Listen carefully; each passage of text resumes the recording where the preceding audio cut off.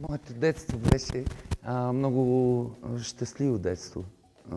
Нямаше телефони, нямаше даже и телевизия. Имаше само по няколко часа на ден и затова играехме много навън, защото живеех...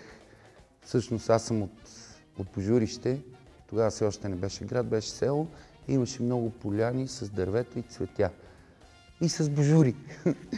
И затова мисля, че имах много щастливо детство. Ами като малък мечтаях да стана, първо мечтаях да стана космонавт, но след това реших да стана войник. След това станах войник и след като бях известно време войник, реших да стана музикант. И общо взето това са ми трите мечти детски: космонавт, войник, музикант. Като само горе-долу успях да осъществя една от тях – музикант.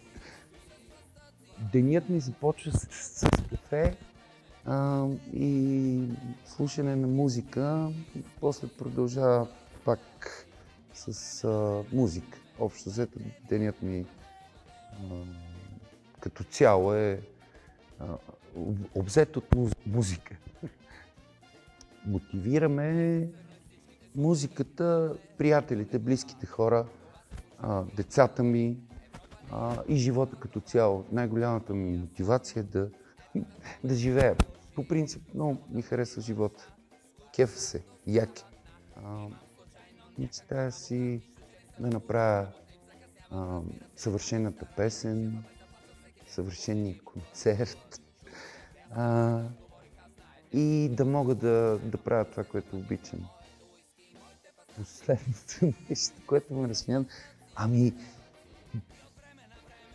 един стар виц, аз много често си разказвам вицове, поне по принцип не мога да разказвам вицове, никой не се смее, когато разказвам виц и си ги разказвам на себе си. Скоро си разказах един стар виц от едно време и се смях много. Ако не бях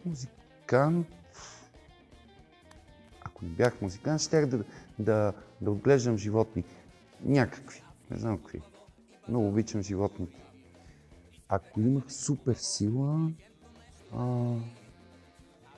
щях да се опитам да летя. Много често съм научил летя.